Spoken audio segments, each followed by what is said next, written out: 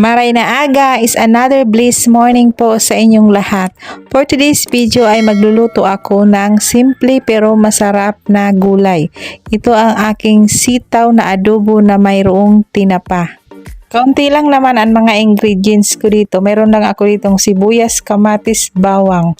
At yung tinapa at sitaw. Igigisa ko lang ito.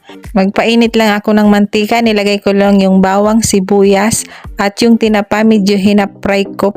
Tapos nilagay ko itong kamatis. Nilagay ko na itong aking sitaw. Hinalo-halo ko ng konti. Nilagyan ko ng konting tubig, oyster sauce at konting soy sauce at nilagyan ko na rin ito ng paminta at counting seasoning. Luto ko lang ito ng mga 15 minutes yung hindi masyadong lata ang gulay.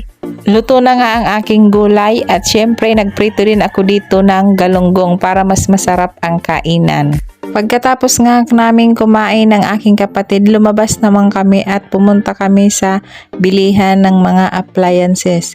Naghanap kasi kami dito ng aming mabibiling refrigerator. Bilib nga ako mga mami sa isang sales agent dito. Ang galing-galing niya talagang mag-explain sa kanyang sinisale na product. Talaga naman na ini-explain niya isa-isa. Kaya lang, kailangan ko talaga mamili. Kaya hindi ako nag-stick sa isa lang na bilihan. Sabi ko sa kanila, babalikan ko na lang pag wala akong nakitang mas maganda. Kaya lumipat naman kami dito ng ibang tindahan para naman mayroon tayong mas mapagpilian. Tayo talagang mga mami, pag mayroon tayong bibilihin at talaga namang mitikuloso tayo. Happy talaga ako mga mami kasi nakita ko dito sina Sister Minda at Brother Russell. At syempre kasama din nila ang kanilang anak. Bumili din pala sila dito ng isang appliances. Nagkataon naman, nagkatagpo-tagpo kami dito. Kaya counting usap-usap, kumustahan. Syempre, mga close tayo. Kaya ganon. Mga kapatid natin sila kay Lord. Kaya pag nagkita-kita, talaga namang masaya. Mas pinili ko nga palang bumili dito kasi nandito rin nagtatrabaho ang isa pang anak ng ating kapatid kay Lord. Subok na magaganda ang quality ng mga appliances dito at syempre yung presyo at talaga namang swak na swak sa ating budget. Nakapili na nga pala ako mga mami ng aming bibili na rep. Napakaganda nito. Maliit lang pero talagang maganda. Kaya lang nakita ko dito yung isang malaking rep na talagang pangarap ko ito. Sabi ko sa aking kapatid, babalikan ko ito kapag mayroon na tayong pambayad. Sa ngayon, titingnan ko na lang muna. Galingan namin sa bilihan ng appliances. Papunta muna kami sa grocery. May bibilin akong kaunti. Kaya lang napadaan ako dito sa bilihan ng mga prutas. Bigla akong nag-crave kumain ng mango tapioca. Kaya naisipan kong bumili ng kahit 2 piraso.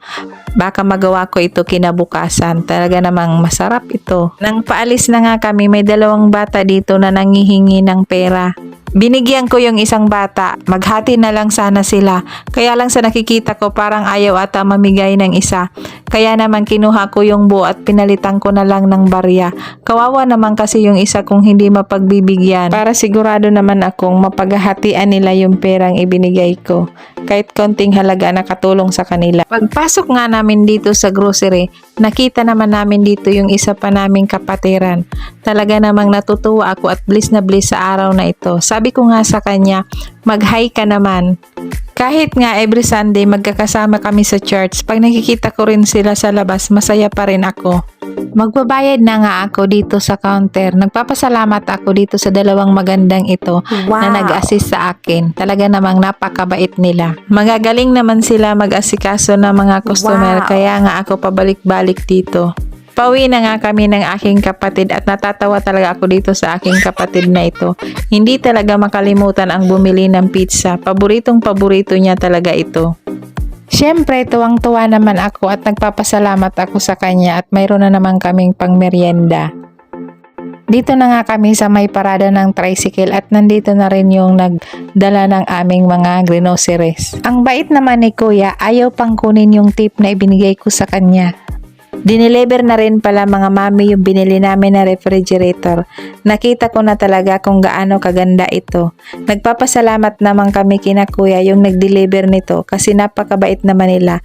Iningatan talaga nila yung kanilang i-deliver na refrigerator dito sa amin. Sila na rin ang nagtanggal ng box nito. Yan mga mami, nakikita nyo, maliit lang pero napakaganda.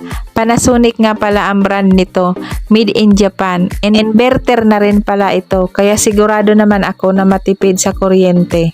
Maraming salamat po sa inyong panonood. God bless you all.